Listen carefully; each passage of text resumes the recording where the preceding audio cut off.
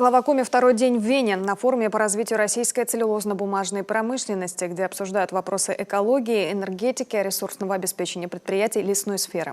Губернатор назвал площадку удобной для диалогов между властью и бизнесом, где можно обменяться опытом и провести переговоры с потенциальными инвесторами, предложить свои проекты и идеи. Один из них, Троицко-Печорский ЛПК, стоимостью 42 миллиарда, уже заинтересовал потенциальных инвесторов. Также параллельно презентован туристский потенциал нашей республики. Богатство региона дает нам дополнительные возможности по развитию экотуризма на особо охраняемых природных территориях. Именно такую задачу перед правительством страны поставил и президент России Владимир Путин. Напомним, между нашей республикой и Австрией налажены тесные связи. В прошлом году нам передан архив важных материалов, копии, аудиозаписи речи представителей финно-угорских народов России, ставших военнопленными Первой мировой войны. А еще в Коми с аншлагом прошли гастроли Венского филармонического Штраус-оркестра и Венского Талия-квартета.